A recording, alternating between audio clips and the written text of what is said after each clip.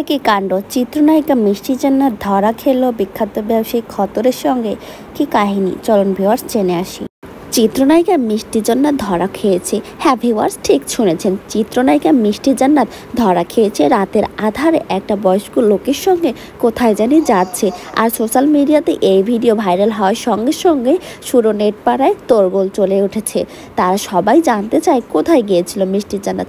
অনেকেই তো আবার কমেন্ট করছে মিষ্টি জান্নাত কোথায় যেতে পারে এই লোকের সাথে, সে নাকি এই লোকটার সঙ্গে ঘুরতে যাচ্ছে।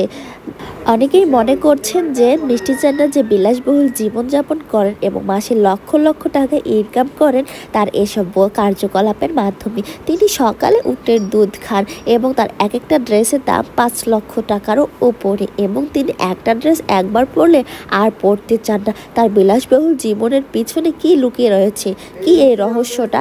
এটাই কি সেই রহস্য জলঘোলা উদ্ঘাটন হয়েছে? অনেকেই বলছেন মিষ্টি জান্নাত কাজের সূত্রে এনার সাথে বাইরে গেছিলেন, কারো সম্পর্কে না জেনে কখনো কোনো কিছু বলা উচিত না।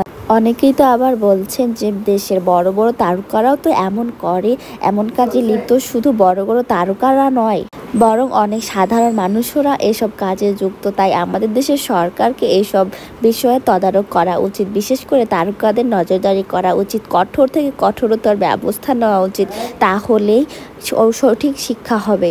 আসলে বিষয়টা নিয়ে জলঘোলা হচ্ছে। কোথায় গেছিলেন মিষ্টি জান্নাত বলুন তো আপনারাই গাইস? আপনাদের কি মনে হয়? আপনাদের মূল্যবান মন্তব্যটা এখানে সুন্দরভাবে কমেন্ট করে জানাবেন। ক্লিয়ার, 7 লক্ষ টাকা আজ রাত মিষ্টি জান্নাত শুধুই এই ব্যবসায়।